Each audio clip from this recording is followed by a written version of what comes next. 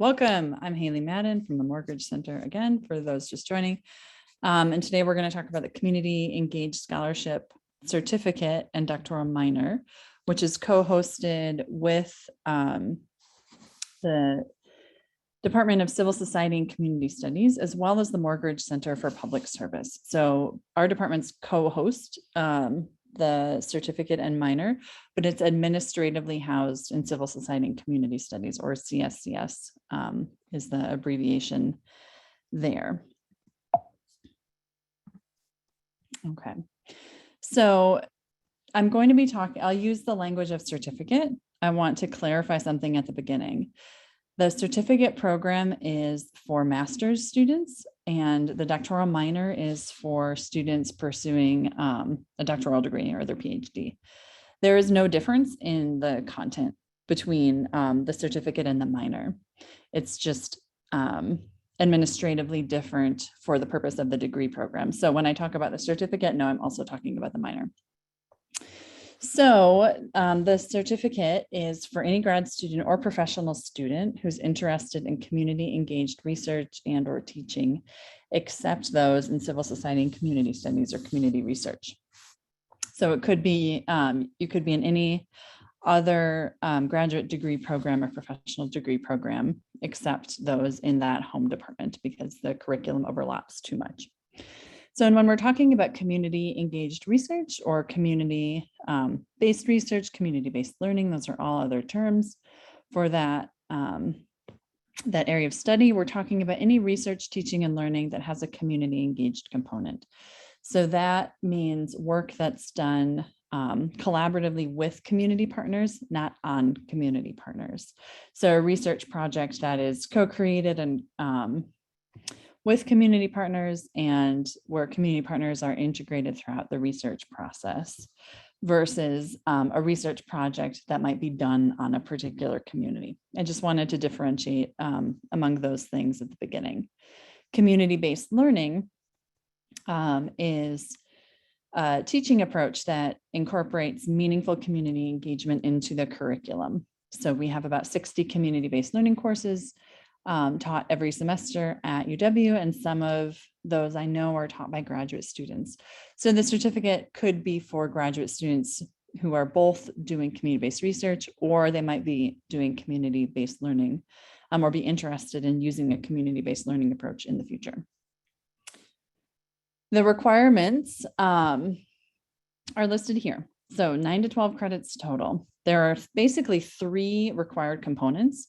So there are 2 credits of a course called Counseling Psychology 601. It is not a counseling psychology like content course. We're just housed in that department.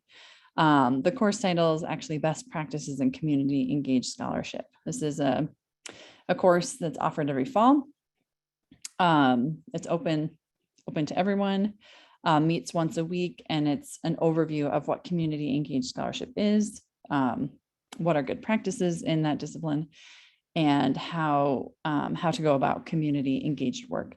So it is a good course to maybe put at the front of your pursuit of the certificate, but you can take these courses in whatever way works for you.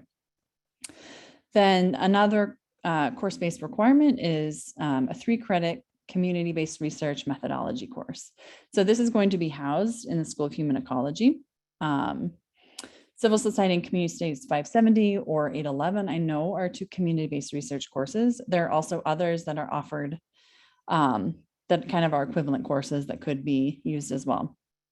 Then 1 to 3 credits of a capstone, which I'll talk about in a moment.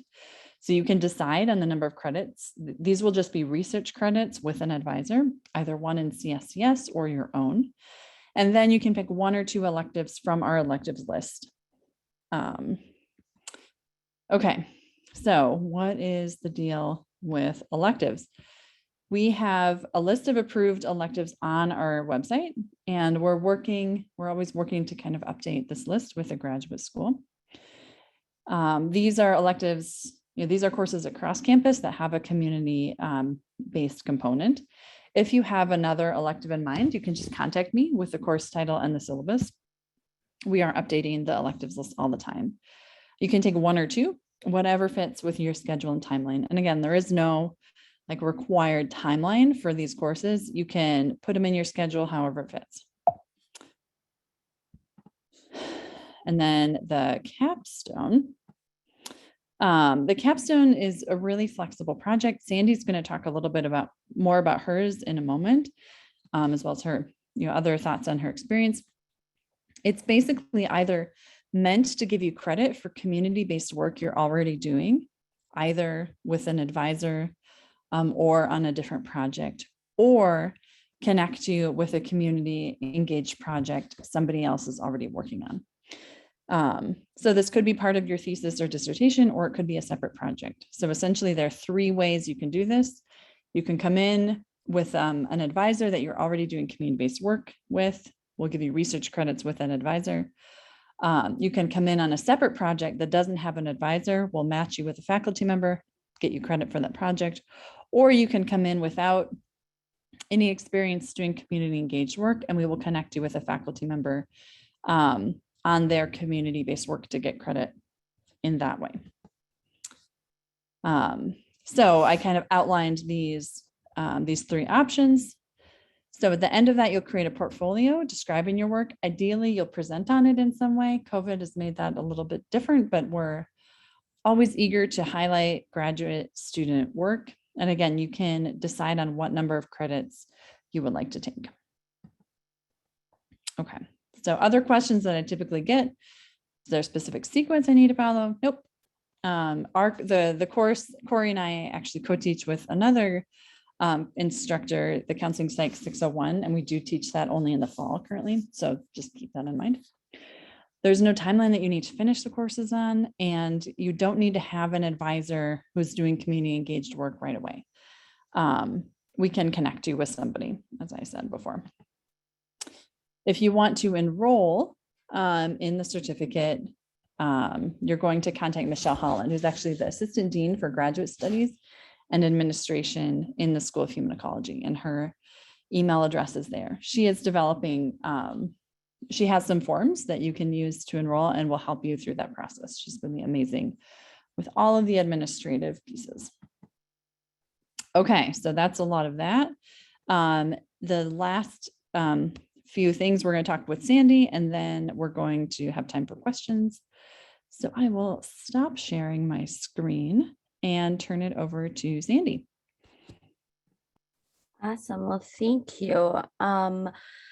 I graduated in 2020, kind of during that COVID phase. So I wanted to share my master's degree is in human ecology and applied human ecology program. And so I had connected with the Center for Community Nonprofit Studies as a research assistant, and their philosophy is more in being a spiral effect in the research in their co-create initiative. And so really going back and forth with the community, creating the project with the community, and understanding that the community has their own expertise. And then I took the CP 601 course about the best practices in community-based learning. That is where I met Haley and Beth, and I got really involved and really passionate about community-based work, because I mean, why aren't all research like this? Instead of like a helicopter process, you go in and you go out, why aren't you co-creating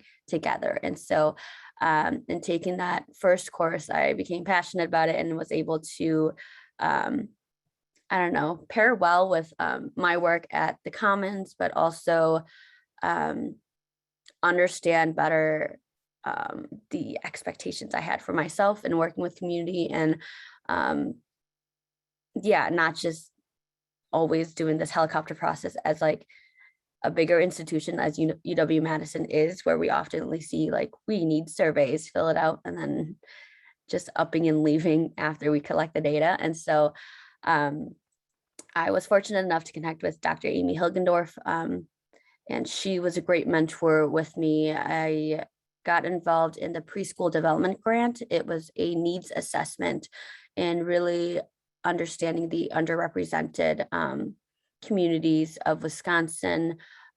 We were contracted with the Department of Children and Families. And so I also took a course in transformative evaluation, which was CSCS 811 with Dr. Lori Bakken, where I was able to not only have a community-based learning where we had a community partner, which was, oh, I forgot, but we had a real-time work together and how do we create the evaluation and not do it for them, but like support them and have them do it. I think that was really eye-opening, and having that foundation together with my capstone project of doing this needs assessment evaluation as well, just marinated really well together. And so I was able to not only have real time in class, but apply it after when I like soaked it in after a semester. And then COVID hit. And so community connections kind of looked more different, but like adapting in real time, not just traveling across Wisconsin, but it took in pieces of accessibility, doing phone calls, coordinating with researchers and community partners, and really understanding what their priorities are, because they are different from each each entering point, but in really, I don't know, going hand in hand with this model of like spiraling of like, make sure we're checking in with everyone, make sure our goals are aligning and not just, I guess, being contracted of what we're doing and checking off the boxes, because that wasn't the best practice. And I've worked with communities of color, as in Hmong, Latinx, Black, African American, and then Native nations as well. And so each, the reports of each can be different and did look different. And so not making sure that you're tailoring it to the audience, but also you have the third sector of, the Department of Children and Family. That was a federal institution. And so working together with that institution, University of Wisconsin-Madison, but also trying to represent the community voices was a interesting and a learning curve for me to balance. But it made me more passionate in having the information to fall back on from this capstone certificate. And not only did I apply it to my capstone project, I am also part of this Yeshia in Wisconsin exhibit, where I was able to also apply my education there, because here we're trying to put on a community-based exhibit where we center Hmong voices. So those practices I was able to provide it to the team, but also provide it to our other community partners, that this is our mission, this is our work, and this is how we are going to evaluate it using the best practices that I learned in the CP 601 course. And so not only was I able to apply it for the capstone project, but I was able to use it in my other endeavors, as well as being someone they could turn to as a consultant, and really advocating for like not just doing free work for myself, but like really advocating for myself to like, if we're going to hire community members to participate, we also need to compensate them. And that's just one example of community engaged scholarship, because there is value and assets when we turn to community members as well when we're doing this work. And I know, Haley, I have my project. I was trying to find it, but I couldn't find it in my laptop. I actually think we might have it on our website. So if folks okay. can take a peek at the Morgridge Center website, which is just a great resource generally, because Sandy generously is allowing us to use her portfolio as an example, or an exemplar, I should say. Yeah, so feel free to check that out. Otherwise, I'm open to questions. Thank you so much, Sandy.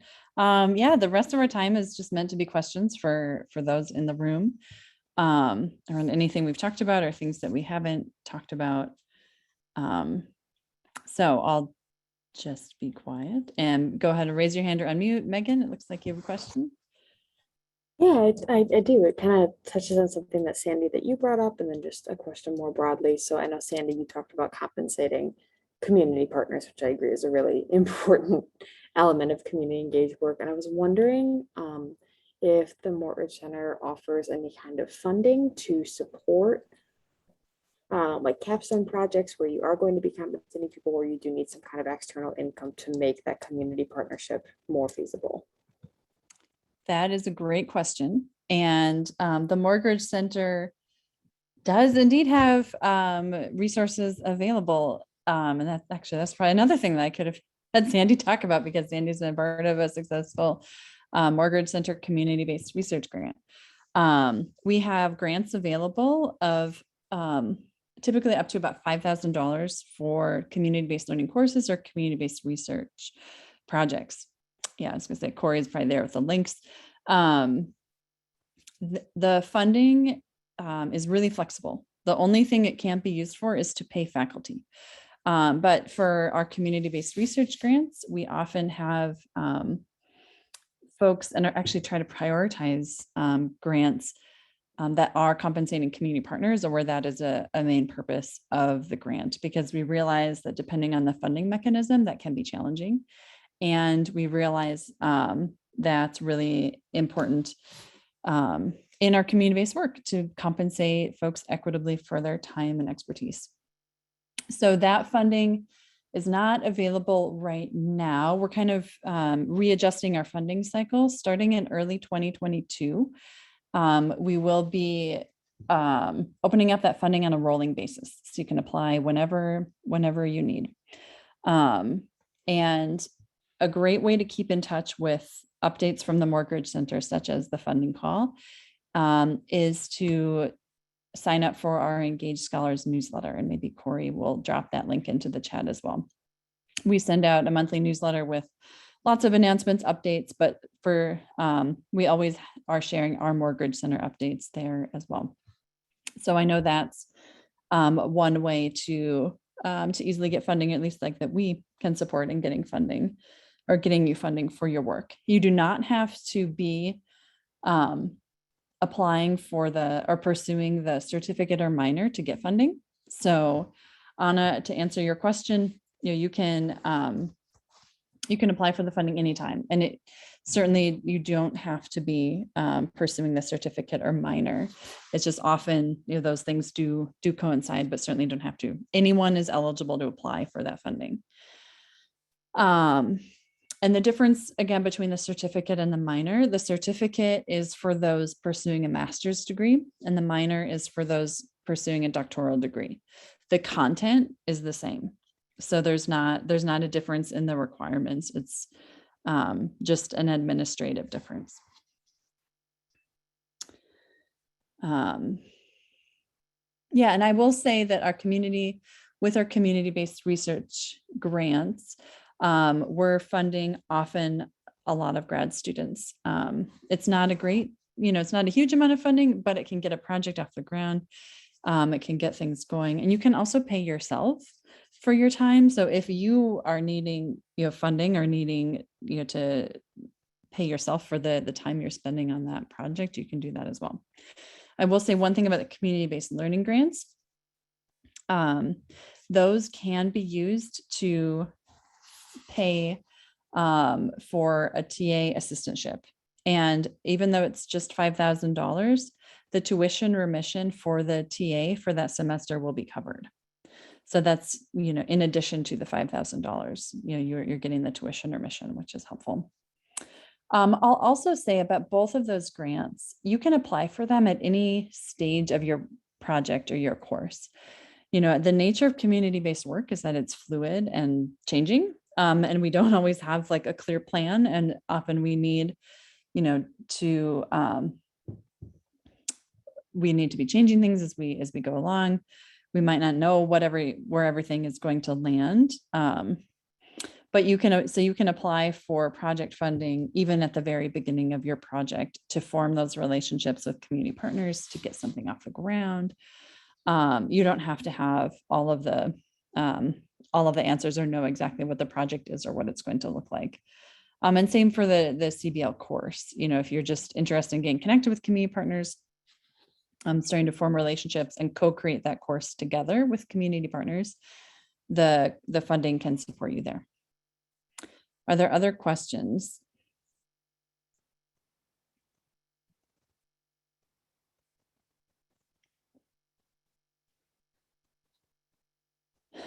If not, then we can wrap up this little info session. We are going to post the recording on our website because this answers. Oh, and Sandy's got a link to the Commons website. That's a fabulous resource. They're doing really wonderful stuff. And, you know, it was great to hear about Sandy's work with Co-Create and what they're doing. Corey and I are happy to chat with anyone who has questions. Michelle is our awesome contact in Sohi and can answer any logistical or administrative questions as well. And yeah, this, you know, we created this certificate and this minor because of a research study we did with grad students who were interested at UW, who were interested in community engagement, but didn't have institutional support. And they wanted something they could put on their CV, to put on their resume, to show, yeah, this is meaningful. And I have the knowledge and skills to do good community engaged work. So we're, you know, it's still a new program, but we're really excited to see how it's going and excited to just support awesome people and grad students who are doing community engaged work at UW.